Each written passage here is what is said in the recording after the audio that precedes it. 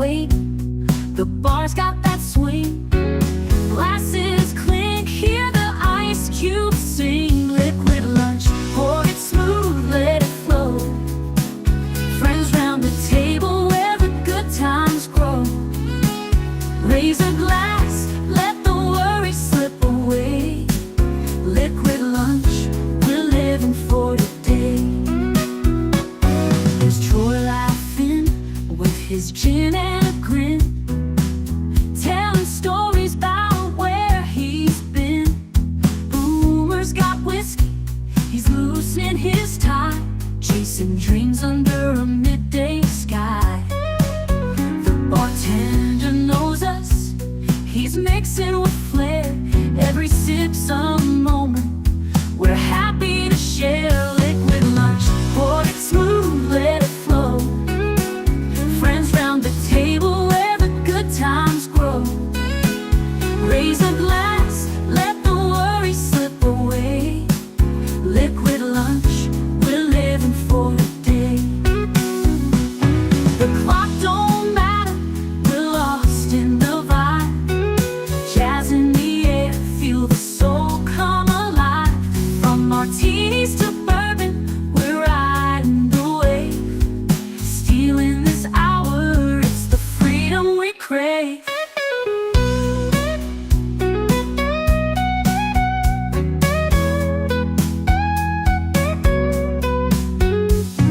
Sun's still shining, but we're in our zone. This bar's our shelter, our temporary home. One more round before the world calls us back. Savor the moment, keep the blues in the rack. We'll laugh and we'll toast till the afternoon fades. Memories made in these liquid escapades. Liquid lunch, pour it smooth, let it flow. Friends round the table where the good times grow. Raise a glass, let the worries slip away. Liquid lunch, we're living for the day. So here's to the daylight, the drinks and the fun. Our liquid lunch, till the next one comes. With a wink and a smile, we'll be back real soon. Chasing that jazz under the high noon.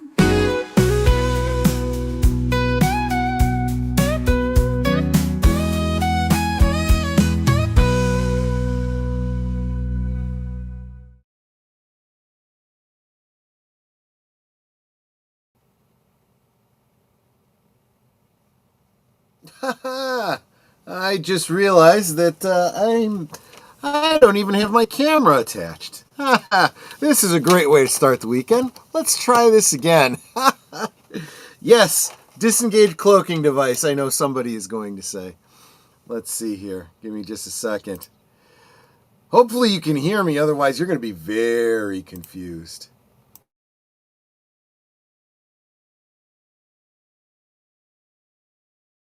About it.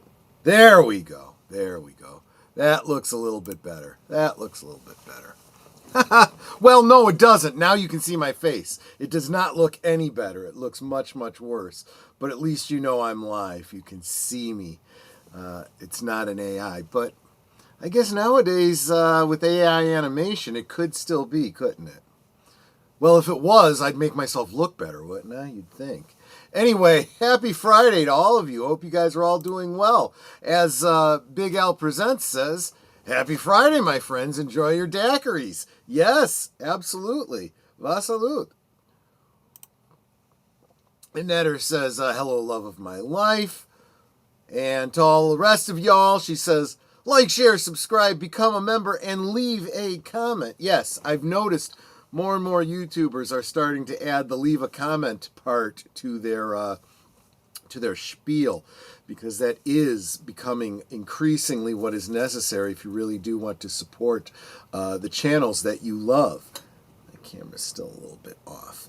There we go. That a little bit better? Am I a little more centered? Yeah. Jonathan Conroy, hail all, smash the like button, and enjoy the show. And indeed enjoy the show as we enter the weekend. Whoa, started early and I'm running late. Well, it happens. It happens. And I don't know, did I hit the start like a minute or so early? If I did, I apologize.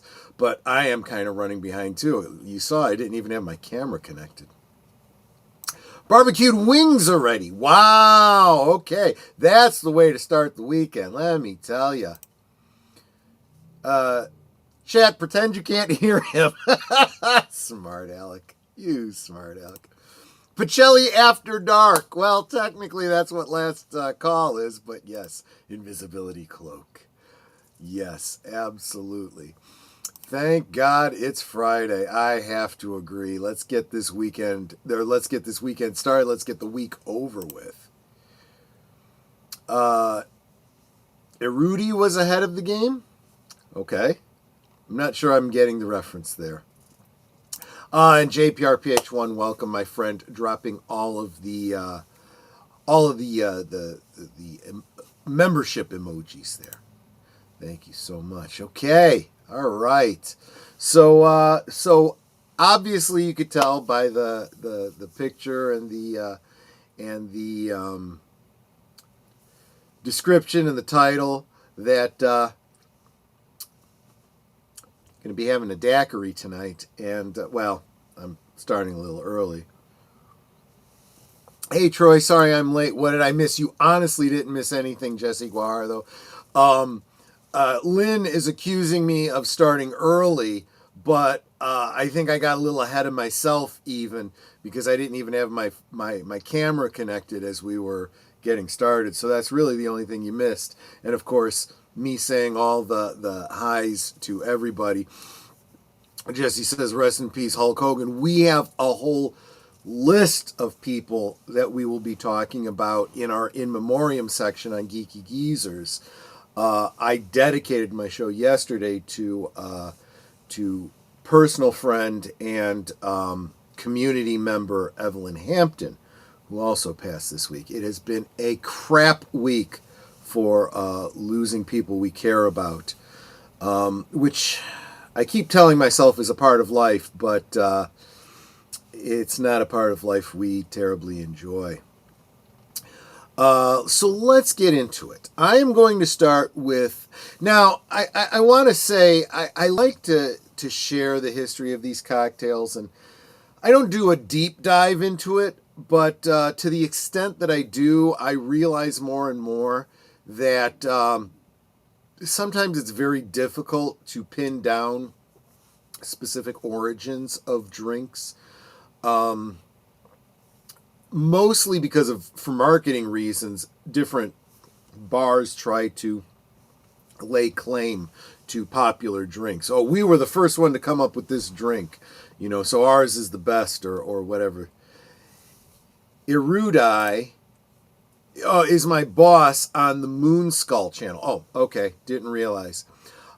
We've been encouraging comments for over a year. On the game streams, he's made it a way to help the players without super chats. Okay, brilliant idea. Every 36 likes or comments gives a beanie to the whole cast. There you go. That's interesting. Yeah, I mean, I certainly, this is the one area I probably don't disparage YouTube in because engagement, regardless of the business model from the YouTube standpoint, I think engagement is so crucial for this particular medium of entertainment. I don't know if you want to call it entertainment, what we do here, but I mean, this is probably the biggest difference between a chat show that's getting canceled now, like The Late Show and all the others, The View and all those kinds of things, and something like what we do, because you get direct communication. In real time, you can say something and change my whole mode of what I'm going into. I would already be halfway into my discussion on daiquiris, except I want to engage with you guys. So there you go. Aged Boomer, looking forward to hanging out with you this evening. I've actually, we've had insufficient communication this week, Boomer. Maybe I'm just feeling a little needy time with friends this week, but I wish I could have talked to you more this week. But liquid lunch is the new keto. I agree with you on that. If you have to get your carbs, get them from alcohol. That's how I feel. Lurking and Working says, Fletcher Williams, I suck at gaming's channel, but I can smash the like for the Interflex Overlords. There you go. I appreciate that so much. It really, really does help. Troy, well, at least Hulk Hogan and Macho Man Randy Savage are having a rematch in heaven, and God has front row tickets with Ozzy. Look, Ozzy and Herb Alpert? No. Who was it? Let me check my my notes. I've been so focused on, real life, I guess is what they call it these days, that I've kind of lost track of some of the entertainment news. But Age of Boomer, what have we been talking about this week? Oh, there it is, Chuck Mangione. Yeah. Chuck Mangione, Ozzy, and of course, in the past couple of years, we've had Olivia Newton-John, we've had David Bowie, we've had Prince. I'm telling you, there's got to be a concert going on in heaven that just rivals the heavenly host in music. I can't even imagine. Mekpo, here I are, bartender, blood wine. Make sure it's warm and hurry. I'm with you, my friend. I am so with you. I consider it entertainment. Yes, I appreciate that. The more I drink, the more entertaining I get, or at least the more entertaining I feel. I don't know how entertaining you might think I am. Let's see. Looking forward to more adventuring in Sherwood next week. He's talking to you, Age of Boomer. Age of Boomer. Get through that. Get through that stuff. Here's Wilkie's music and movies. Wilkie's movies and music. We're all gonna head over there when this stream ends because he's being a good boy. He's being consistent on his Friday afternoons. So let's go over there and encourage him over on his channel as soon as we're done talking about daiquiris. Let's see. It is amazing how funny I get when I drink, or I think I'm funnier. Well, look, I don't know if you... I never know because people kind of cycle in and out of the community. But I'm guessing you're a little bit newer to my particular neck of the community, so you may not be aware of this. But you are an entertainment guy. You are a movies guy. This isn't exactly a movie, but it's an offshoot from a movie. Every November on this channel, I do a live watch party of the Star Wars Holiday Special. Yes. I tend towards the fan edits that make it a little bit more palatable, easier to watch. There is one that is called the Thank the Maker cut. It is my favorite. It is funny because I feel that the fan editor kind of elevates it in the editing. Kind of like Star Wars was saved in the editing, but that's another story. And there's this one segment where Mala, Chewbacca's wife, gets on the HoloNet and sends a message to her, a wall vid call to Princess Leia at Rebel headquarters. And Carrie Fisher, playing Princess Leia, oh, there's a call from Mala, and she gets up from like a desk and goes to walk around it, and she very clearly stumbles. She's half in the bag, and there's little doubt about it. And the holiday special was very noteworthy for having a lot of dialogue between the Wookiees without subtitles. You had no idea what they were saying, and the idea was that you were supposed to get the context, kind of imagine what they were saying. Well, the fan editor decided to put in subtitles, and they are absolutely hysterical. So as Carrie Fisher's coming around the desk and she stumbles, Mala says to Itchy, looks like the princess has already tapped into the Life Day festivities or something to that effect, and I found that so funny. Typing with your pinkies and not getting barbecue and chicken on the keys is a challenge.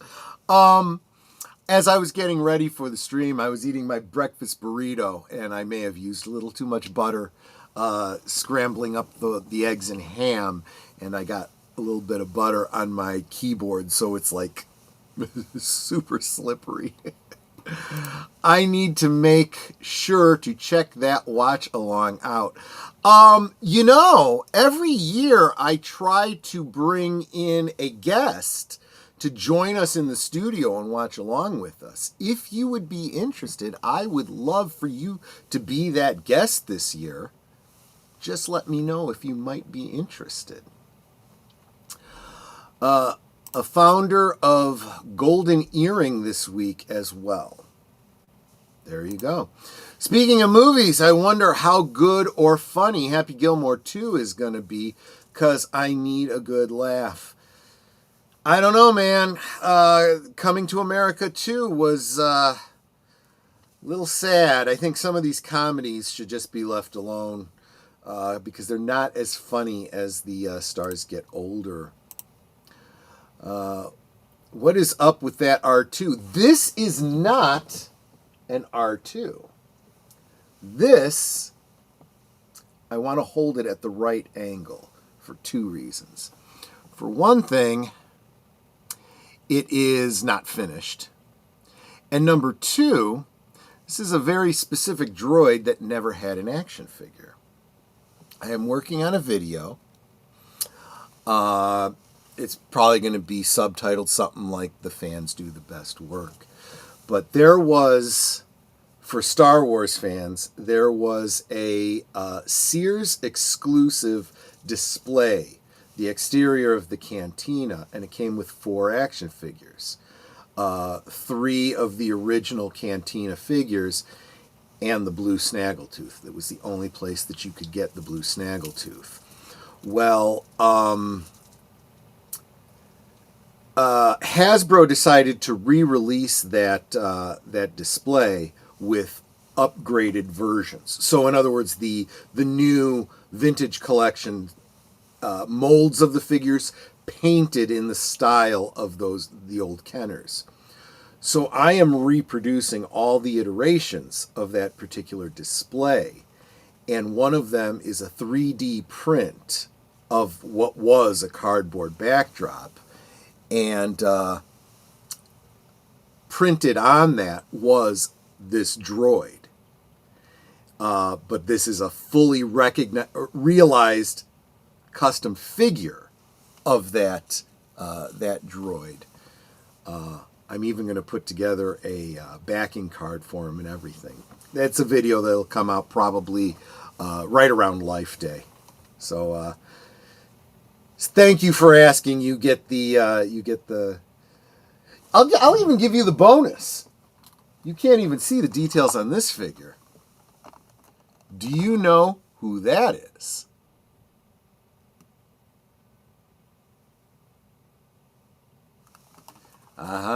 Yep, you probably do. You probably do. Let's see here. Did I say hi to Connie Cleary? I'm sorry if I didn't. And I'm glad that you're better. You guys are talking amongst yourselves. I appreciate that. I recall the backdrop from last week. Thanks, Troy, and apologies for the... No worries about the interruption. This is what I'm talking about. This is what the engagement is, right? Yep, that's the original Java. I am working on a backing card for that, and just like I'm doing the iterations of the exterior of the cantina, I'm going to do different variations on the Java scene as well in a future video. Saying hi to each other.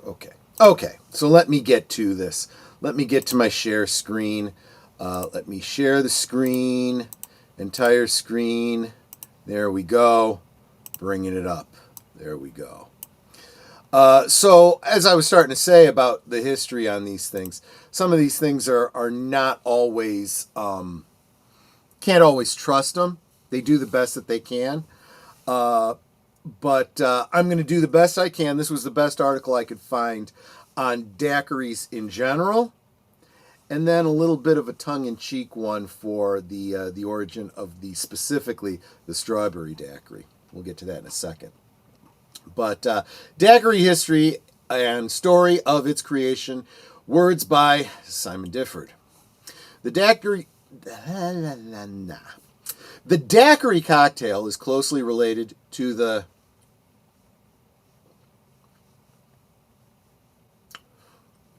You want to help me out with this one? The Chanchanara, a 19th century Cuban blend of aguardiente de caña, lime, honey, and water. But the creation of the daiquiri is credited to Jennings Stockton Cox, an American engineer at the turn of the 20th century. In 1898, after Roosevelt's victory at the Battle of San Juan Hill, the Americans began to exploit Cuba's iron ore mines, and Stockton Cox led one of the initial exploratory expeditions.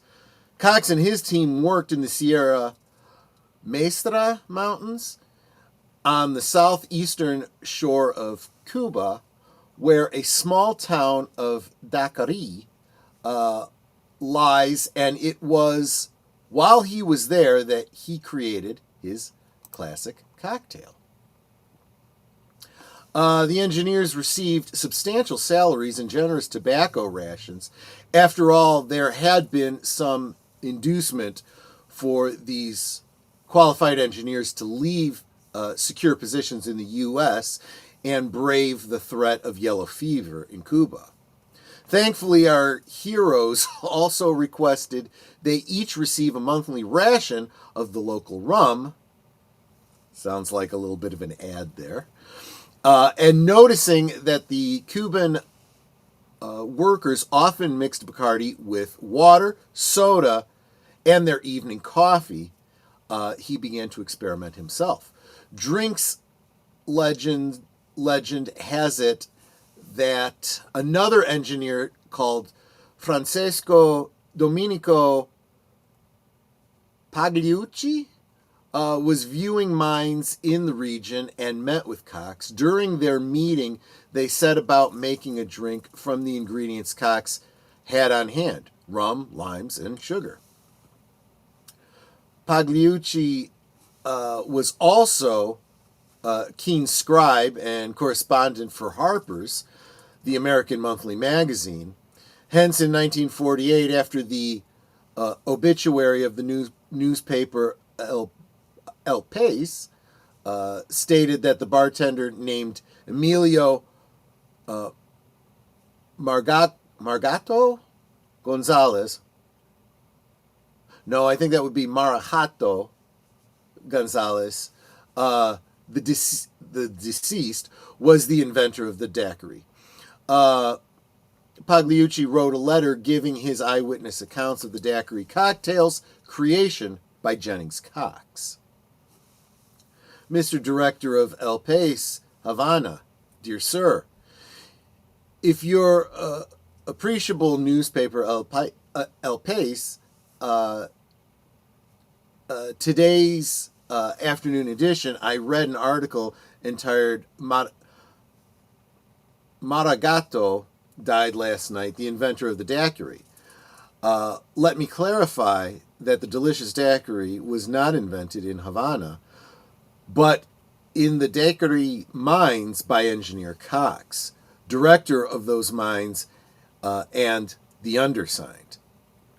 After the Cuban War of Independence, in which I had a very active part, I obtained American capital to reactivate the old copper mines located near Santiago de Cuba, of which I was the director. While I was busy on this job, I had occasion to go to Daiquiri to speak with Mr. Cox, concluded the business that took me to Daiquiri. I asked Mr. Cox if he was going to treat me to a cocktail. On the sideboard in the dining room at the mines, there was neither gin nor vermouth. There was only Bacardi, lemons, sugar, and ice. With these elements, we made a well-shaken and very cold cocktail that I really liked. So I asked Cox, "And what is this called?" He replied, "Rum sour?" In the United States, there is a drink called whiskey sour, which is made with whiskey, sugar, lemon, and ice. But, I told him, this name is too long. Why not call it a daiquiri?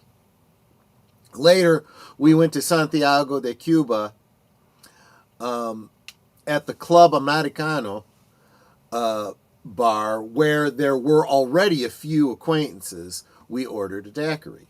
The bartender replied that he did not know what it was. When Cox explained how it was done, recommending beating it until it's served very cold. Some of the friends who were in the bar also ordered a daiquiri. Everyone liked it, and very soon the cocktail became popular in Santiago, from where it went to Havana, and today it is world famous. The above described is the true version of how the famous daiquiri was invented. Yours, etc., etc. Evidence confirming Jennings Cox as at least having named the daiquiri appears on page 38 of Basil Wound's 1928 book, When It's Cocktail Time in Cuba. He says that this drink was popular with a group who used to meet in Santiago's Venus Bar, every morning at 8 o'clock. The boys used to have 3 or 4 every morning. Most of them worked in the daiquiri mines, the superintendent of which was a gentleman named Cox, Jennings Cox. And see, when you say the name that way, you know he's the originator of the drink. One morning in the Venus Bar, Cox said, "Boys, we've been drinking this delicious little drink for some time, but we've never named it. Let's christen it now." The boys milled around a bit, and finally Cox said, "I'll tell you what, lads. We all work in daiquiri, and we all drank this drink first there. Let's call it a daiquiri. The daiquiri is now the best-known drink in Cuba. This recipe for the real daiquiri has given me by Facundo Bacardi, and confirmed by one of the mean who, is that correct? Who was present at the christening. Half 1 lime, squeeze onto a teaspoon of sugar, pour in 1 whiskey glass full of Bacardi, plenty of ice, shake until shaker is thoroughly frosted outside.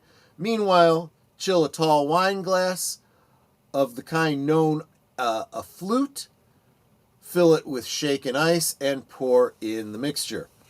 Must be drunk frozen, or it's not good." And there's the handwritten recipe.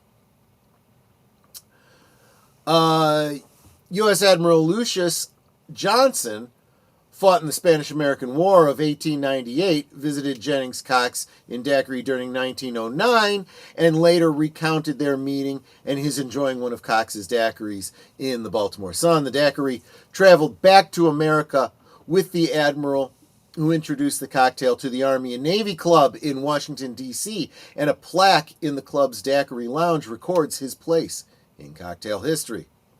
The earliest appearance of daiquiri in a cocktail recipe book is in Jack Staub's 1914 book Drinks, where it's misspelt Daiquiri. Actually, you can find a virtual copy of this on Google, whatever the Google library is, where you can actually turn page by page through it. Let's see. Okay, and that's all we've got on that. Real quick, I want to check that you're not trying to get my attention. Okay. And let's see. There we go. All right. Sorry about that. Just sometimes when I get a little chime in my ear, I just want to make sure that it's not one of you guys trying to DM me and tell me, we can't hear you, or, something like that, which has happened, I suppose. I will get back to the comments in just a moment. Let me we'll do a briefen version of the promos while I refill my daiquiri. We'll come back on the other side. Just 2 minutes, 20 seconds. You are watching Liquid Lunch, streaming every weekday at noon Central, 1 p.m. Eastern. Let's sip together.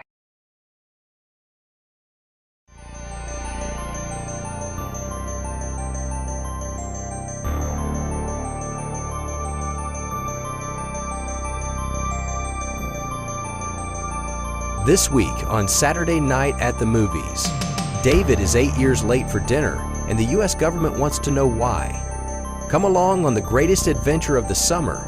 It's Flight of the Navigator. This week on Big Al Presents Films with Friends. Saturday at 9 Central, 10 Eastern. Every Sunday evening, Aged Boomer and Papa Pacelli bring you the rundown of the week's geek news, or at least what they think is interesting. You may have heard about it somewhere else, but Boomer and Pacelli put a spin on it you likely won't hear anywhere else. It's Geeky Geezers, every Sunday evening at 8 Central, 9 Eastern.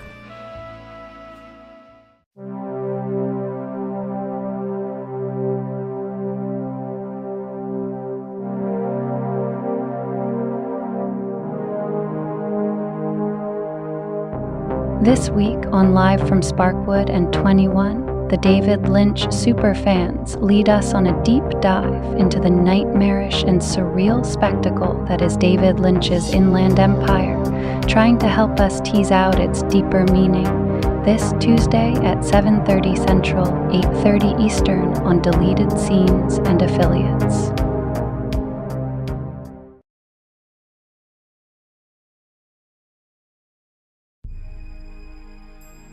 Has Avon gone mad? Having guided the Liberator to the man-made planet of Terminal with no explanation, he's teleported down, alone. Could this be the end at last? It certainly looks that way, as Servalan closes in and the Liberator begins to disintegrate. It's Terminal, this Tuesday on Last Call presents Blake 7 at 10 p.m. Central, 11 Eastern. We now return to our Liquid Lunch. And both Lynn and Ned are come through for me on that pronunciation. And I realize, because she wrote it this way, actually they both did, exactly what my problem is. The same thing I often have a problem with Klingon is breaking up the syllables. You can pronounce words syllable by syllable. That helps. So Ken Chanchara, that rolls right off the tongue. But when you see it all as one word, you're like, where does the syllable end? And it's even worse in Klingon when words get longer and longer with affixes and suffixes, that almost a whole sentence can be one word, so thus the challenge.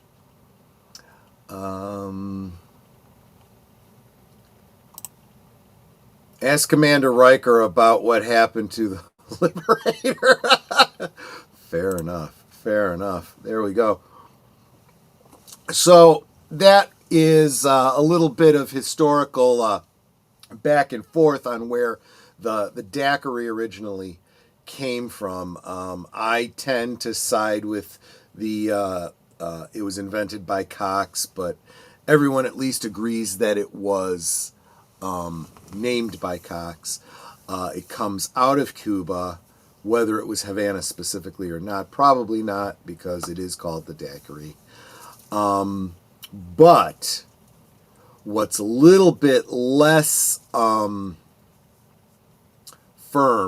in the annals of history is where the strawberry, the most popular daiquiri, arguably, the strawberry daiquiri came from. I did a little bit of searching on it, and I do mean a little bit. I didn't go very deep. But I came on this one, and sometimes this is the way the Klingons look at history. Sometimes they prefer a good story to accuracy. And I came upon this one, and I decided, yeah, I think this is the one that I want to go with. So this is the real history of the strawberry daiquiri. That real should probably be in inverted commas. During recent renovations, and this is by Michael Hillman.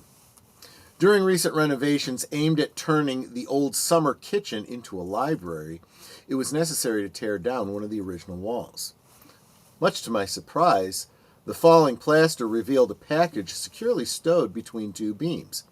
Intrigued, I reached down and carefully unwrapped it. Inside was a bundle of handwritten stories and a carefully sealed envelope on which was written the following: folklore.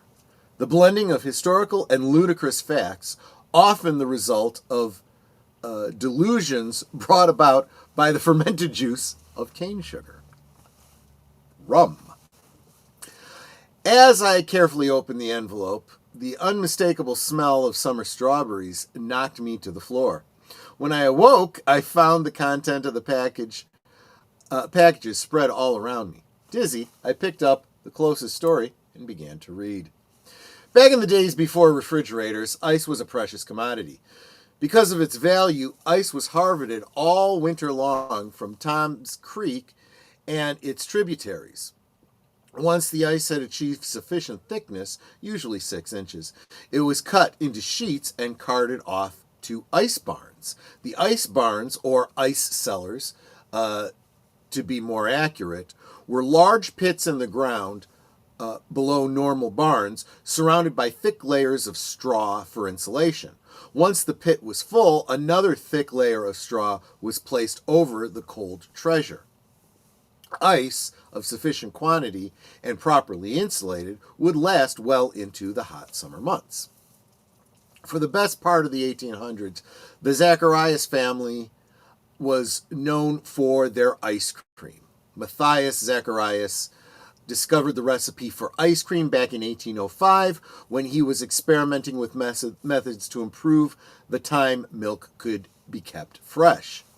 Well aware that salt was effective in maintaining meats, Matthias took the bold step of mixing salt with crushed ice and packed the mixture around an old sugar canister, which he had filled with cream. Matthias instructed his children, Matthias, Christian, John, and Mary, to stir the milk aggressively once an hour and headed off to do his farm chores. Now, let me stop right there. Anyone who actually knows the history of ice cream knows that it well predates this, going back to Europe and Asia. But let's just pretend that it is entirely possible that someone in the rural United States in the 1800s might have, spontaneously recreated the invention. The following days, as Matthias loaded his canisters of milk onto the wagon for his daily trip to town, the cap fell off the canister of cream and that had been chilled, spilling the thick goo all over the buckboard. When Matthias returned with a pail of water to wash the spill away, he discovered the children fighting over the goo. Matthias, always quick on the uptake, realized that he might be onto something. Over the ensuing years, Matthias has fine-tuned his process for making his ice cream. The most significant advancement, the idea of adding fruits to flavor it, is credited to his wife, Anne. Over the years, Anne tried many fruits with varying degrees of success. Her strawberries, however, which she cultivated in a special little patch on the northeast corner of the farm, were renowned for their sweetness and were always a hit when added to Matthias's ice cream. In 1814, the Zacharias family's summer ice cream socials were interrupted by the British invasion of Maryland and the capture of Washington, D.C. Having been present at Cornwallis's surrender at Yorktown, Matthias could not restrain himself and joined the efforts to recapture the capital. As fate would have it, Matthias arrived just as the British were withdrawing. Being one of the first soldiers on the scene, Matthias was requested to inspect the president's house, which the British had attempted to burn. On completing his assignment, Matthias was greeted by a grateful Dolly Madison, who rewarded his courage with a keg of rum that the British had forgotten. While humble by nature, Matthias was nevertheless flattered by being recognized by an individual of such importance. Feeling the need to return her kindness, Matthias was chagrined that the only thing he had brought worth offering was his recipe for ice cream. However, Dolly, who was known for lavish parties she gave, was always on the lookout for new ways to entertain. She listened attentively and took notes as Matthias told the tale. When he was finally done, Matthias felt a little embarrassed, as if he had not given enough. Almost as an afterthought, Matthias turned to the burnt presidential house and remarked that a coat of white paint would make it look good as new. Dolly turned to the house, nodded her head, and agreed, yes, white would look nice. You kind of see where this is going? Yeah. As he started to leave, Matthias turned one last time. Up in our parts, we name our houses. You should give the grand name after you paint it white. Dolly smiled at Matthias and thought for a minute. How about something grandiose like Thermot House? Matthias caught himself as he was about to laugh. I'm not sure that would work. How would someone out of town know what to look for? Matthias looked around him at the many colors that adorned the surrounding houses, and after reflecting a minute, how about simply calling it the White House? It will be the only white one on the block, so it'll be easy to find. The president's wife shook her head in amazement at his lack of imagination, but wishing not to offend, agreed to consider his suggestion and take it up with the president. With Washington safely back in American hands, Matthias returned to his farm. As for his ice cream recipe, it was a hit with the Washington social scene, and as everyone knows, Dolly Madison was given credit for inventing it. The story now fast forwards to June 1863. Christian Zacharias, who had inherited Single Delight, the family farm, was carrying on the family tradition of ice cream socials. With tension high over rumors that the South was planning to invade Maryland, conversation turned to incidents that occurred the last time Maryland was invaded. Christian's rendition of his father's chance meeting with Dolly Madison and his claim that ice cream had been invented by the Zacharias family met with hoots and hollers from the assembled neighbors and friends. Taunts with "prove it," a jury of men were selected to view his evidence. After swearing an oath of secrecy, Christian led the group down into the basement of his ice barn. Much to the amazement of the group, Christian pulled away a false wall behind which sat a keg of rum, stamped with a Royal Navy seal dated 1813. Returning to the social, the jury unanimously voted in front of all that the evidence they had seen proved conclusively that Christian's claim that Zacharias had invented ice cream was indeed true, and true to their oath, the jury refused to divulge the nature of the evidence they had seen, which kind of makes you wonder the history of this supposed letter. For the following week, Christian and his neighbors worked feverishly to bring in the year's first cuttings of hay. All the while, however, in their minds were on the keg of rum. With the hay safely put away, Christian and his friends gathered at the appointed hour in the woods next to his mother's old strawberry patch, which his wife Sarah was now tending. The keg of rum was quickly tapped, and a portion of its contents passed around to all the celebrants. Being prohibitionists by nature, the rum brought on much coughing, gasping, and throat clearing. The record gets a little bit fuzzy here, but sometime during that evening, it was supposedly suggested that by someone that the fruit should be added to smooth the taste of the rum. All eyes turned in unison to the well-tended strawberry patch.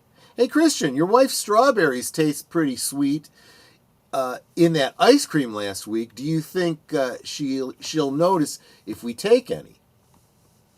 Christian hemmed and hawed. Stealing away and drinking rum with his friends was one thing, but plundering his wife's strawberry patch was another, especially if they were going to be added to the rum. The rum, however, got the better of him, and within minutes of giving his go-ahead, the group descended upon the patch like a locust upon a wheat field. Once securely back in the woods, the strawberries were mashed and mixed with the rum and ice. The addition of the strawberries met with everyone's approval, and over the ensuing evening, the quality of the various ingredients were altered and tested to produce the perfect smoothness. As the evening progressed, the conversation turned to the war and the talk of Lee's intended invasion of Maryland and the Union's intention to block the advancement at Emmitsburg. Unbeknownst to the party participants, James Welty had been recruited as a spy for the Confederacy. Because of his handsome appearance and debonair style, he had drawn the attention of the French officers advising General Lee and was given the code name Daiquiri by them. When James's neighbors fell under the influence of the rum, James sat back and listened, gathering valuable intelligence on the local food supplies, foraging conditions, Union troop strengths, and the possible Union fortification sites. I almost misread that word. It was late in the evening when the last drop of the rum was consumed. Those who could still manage to walk loaded those unable to into wagons, swearing an oath never to reveal the night's debauchery, all headed off in their own direction. The wagon train back to Emmitsburg was long and boisterous, much to the dismay of the other partygoers who were trying to sneak back into their own farmhouses. That evening, June 15th, 1863, the Great Emmitsburg Fire occurred, starting in the livery stables of Gunther and Bean, the final destination of the boisterous wagon train. The origins of the fire and its relationship to the first Stony Branch Daiquiri party I'll leave to the reader's imagination. Suffice to say, the next day, party participants were universally mum about their activities the night before. The final recipe for the strawberry rum drink invented that night would have been lost to antiquity if not for the efforts of James Welty. Being the only one sober of mind throughout most of the evening, James recognized a great business when he saw one, or in this case, drank one. James wrote the final recipe down, shoved it in his pocket, and then joined the others in polishing off the rum. Unfortunately for James, the rum obliterated his memory of all the intelligence he had gathered on the Union positions around Emmitsburg and Gettysburg. Without his vital information, a frustrated Lee proceeded into the North blind and stumbled into Gettysburg. Following the defeat at Gettysburg, their paths crossed one last time. Lee's only comment to Emmitsburg's Confederate spy was, "Gettysburg. The war, all lost because of strawberries." Daiquiri? A disgraced James returned to the South where, to make ends meet, he began making the strawberry and rum mixture under the code name Daiquiri. It became an instant success. The fortune James made, however, was short-lived. The collapse of the Southern cause and with the Confederate currency erased all of his profits. The strawberry daiquiri, however, lived on, and as we know, became a mainstay of many a Southern social party. Before he died, James passed the original recipe for Stony Branch strawberry daiquiris on to his niece, Mary Ann Wheatley, who in 1888 purchased the windy meadow upon which lay the strawberry patch planted by Mary Zacharias 100 years before. Before selling her home to James Shealy in 1918, Mary documented for posterity the above story and sealed it in a wall along with the seeds for the original plot and a treasure trove of other memorable stories and folklore. It's a great story. I mean, it's a historical fiction, but boy, what a great little yarn. I really enjoyed that. Let's see. I'm sure those drinking Roctigino don't know the story of the origin of cafe by raiders along the Earther border decades before the First War. Good point. Good point. I haven't done a deep dive yet into the history of Roctigino, but I think I might very well have to do that in the future. Zombie Box Reviews. Welcome, my friend. Good to see you. I hope you're having a good start to your weekend. Yeah, I love stories like that too. Which is why I also enjoy what I do with the Klingon lore. Oftentimes, the writers of most fiction, most especially Star Trek, clearly draw from history, from real history, and they fictionalize it. And I have no problem doing the same with my own headcanon of these kinds of stories. So that is, of course, the story of the daiquiri. I just did mine over ice and strained it, so it's almost like a martini. And instead of olives, of course, I have frozen strawberries. But tonight I'm going to go modern with it, with a blender. I'll probably talk about it a little bit briefly tonight, where I finally decide to go with the recipe. I did outline a recipe down below in the description. It's going to be at least what I start out with. It is 1.5 cups of white rum, a half to 3/4 cup freshly squeezed lime juice, 1/4 to 1/3 cup simple syrup, depending on your preferred sweetness, 1 16-ounce package of frozen strawberries, 4 cups of ice cubes, strawberry lime wheel, and or little umbrella for garnish. I can already tell you how I'm going to be altering this. I am not going to be using simple syrup. I created a strawberry syrup earlier this year that I am going to chill as soon as this stream ends, but before Wilkie's Movies and Music begins, so that it is ready when I get started tonight. Frozen strawberries, of course, and I may actually freeze some of that strawberry syrup to use in place of the ice cubes. I really, really don't like to water down my alcohol if it can be avoided. I can promise, Netter, you are going to enjoy it. That is exactly why I am making this particular drink, because my wife loves strawberry daiquiris. So I tend to tailor them to her tastes, which is favoring the sweet side. Even Tolkien did this. Janissaries siege. Let's see. Hold on a second. This is too small for me to see. Janissaries sieging Vienna, digging a trench under the wall and filling it with gunpowder, but defeated by the cavalry charge down a mountain by the winged hussar of Poland.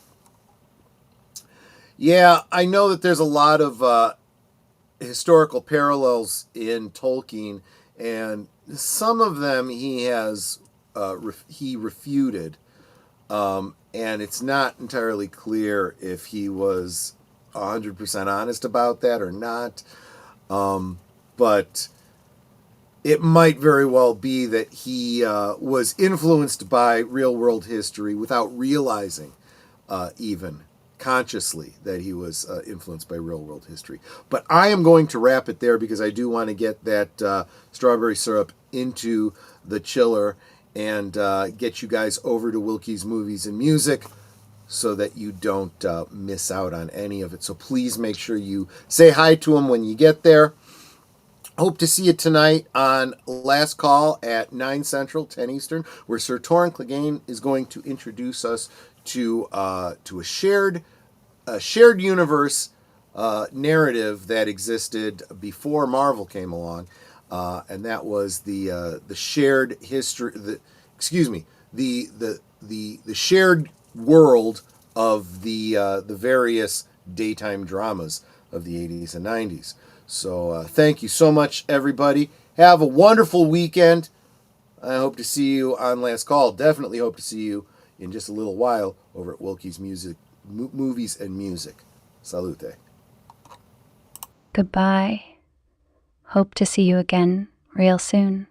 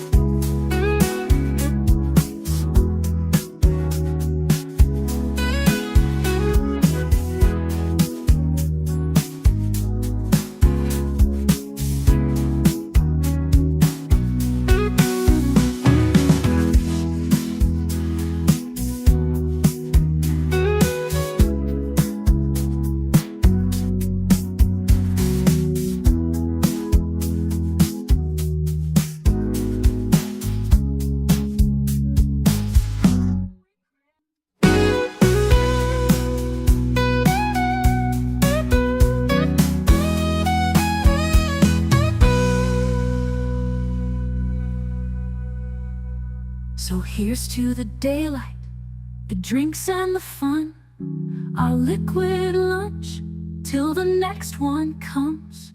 With a wink and a smile, we'll be back real soon, chasing that jazz under the high noon.